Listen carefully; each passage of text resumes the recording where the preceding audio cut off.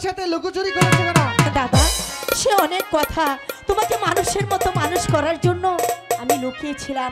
আজ তুমি মানুষের মতো মানুষ হয়েছো, তোমার 12 বছর পূর্ণ হয়েছে। আমি তোমাকে নিয়ে আমাদের দেশে যাব। হ্যাঁ হুজুর, ছি ছি, আপনি আমার পিতৃ সমতুল্য, তাই আপনাকে আমি ক্ষমা করে দিয়েছি। হুজুর, আপনি আমাকে আমার শ্বশুরের দেশে যাওয়ার ব্যবস্থা করে দিন। আজ থেকে শুরু হলো রহিম রূপানের নতুন সংসার।